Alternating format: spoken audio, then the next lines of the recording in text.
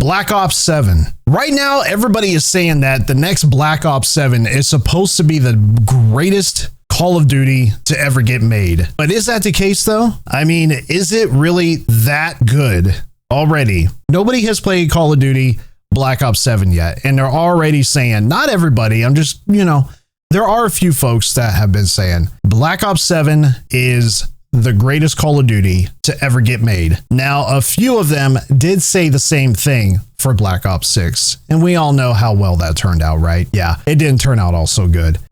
It turned out to be somewhat of a total shitstorm, and I think the players have just decided, you know what, Black Ops 6 was not the greatest Call of Duty to ever get made. When I sit there and I think about, is Black Ops 7 really the greatest Call of Duty to ever come across Activision? I don't know yet. Nobody knows. No one knows if this is going to be the greatest Call of Duty to ever get made because no one has played the game yet, okay? We don't know how the game's going to operate. We can speculate all we want, but until we see some core gameplay footage and see how the game is going to react in real time, no one knows. No one's really going to know. When the trailers drop, everybody's always saying the same thing. Wow, the campaign looks so amazing. I never finished Black Ops 6's campaign. I play them and then all of a sudden I get kind of bored with them.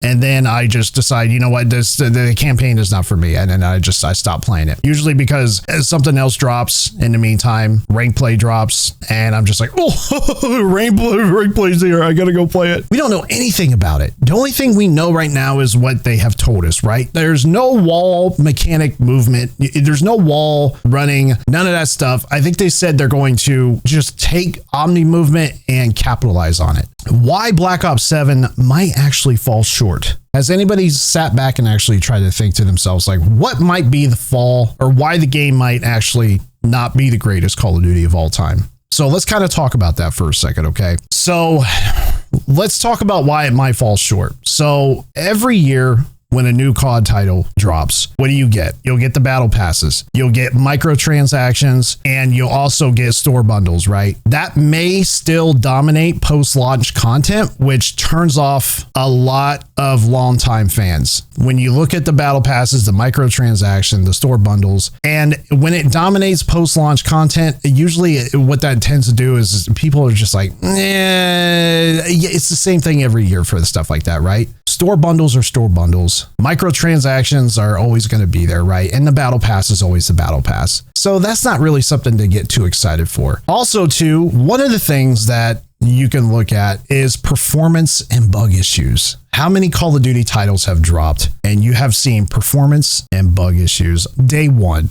It happens every time there's a new COD title that drops. Even with more development time, Call of Duty has had a lot of shaky launches. Now, Modern Warfare 3 was probably the most prime example that I could think of. It had a lot of issues when it first dropped. A lot of disconnections, just a lot of bugs, just a lot of stuff that turned people off on day one, just because it had a lot of glitches, right? And server instability, that comes into play with servers, right? Crashing, the game crashing on you. Poor optimization for PC and consoles, or matchmaking issues that could also undermine the game's momentum early on. If skill-based matchmaking is still there, and if you still have problems with poor optimization for PC and consoles, or just bugs in general, that's gonna play a big factor in how the game's gonna operate. So you have performance and launch bugs. You also have trying to please fans of the old Black Ops series by pushing forward the new mechanics is tricky. So you have people that are big fans of the Black Ops series. I keep hearing Black Ops 3 was really good. I never played it. A lot of people are big fans of the Black Ops series. So if they're expecting something greater than the previous Black Ops series, it could be a potential letdown if you give your hopes up, if you know what I mean. I think you have to put a lot of thought and effort when you develop a game, especially Call of Duty. So I think if it leans more into, microtransactions like it has in the past, battle pass and all that stuff, and leaning heavily into things that most people are generally okay with, but that's not the core issues of what they're actually really excited about, it could be a letdown. don't really necessarily want to give your hopes up for it.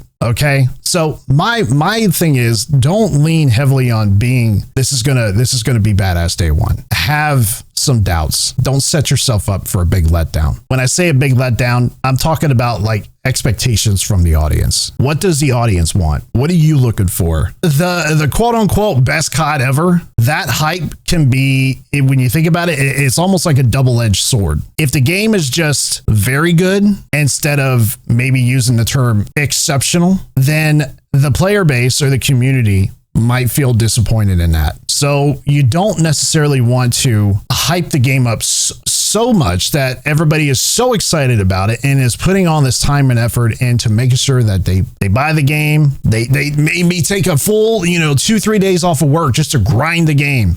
Right? There are people that take time off of work to play Call of Duty on launch day. Streamers might dedicate a 12-hour stream, or a 14-hour stream, or hell, even a 24-hour stream to really get their feet wet and get grinding on this game. But if the hype becomes so much so, it could be a disaster and a huge letdown. And we don't necessarily want that. If the game stumbles on launch day and it lacks innovation, or it's overhyped or over monetized or over commercialized, which, let's face it, every Call of Duty that comes out is always heavily commercialized. I think they have like $100 million marketing value, or a marketing budget, $100 million marketing budget. It might fall short in the same cycle as other recent Call of Duties, which is Fallout because of player frustration. It could be burnout. It could just be, people are just over it already after only about a week or two. And if you combine all the server issues, the bugs, and the mechanical issues that it might come out, just anything that we just talked about just now, you know how the Call of Duty community base is. If everybody decides that this game is total bullshit, let's just say the first 30 days, then the game is doomed to fail. The player count will go down and players will not be happy.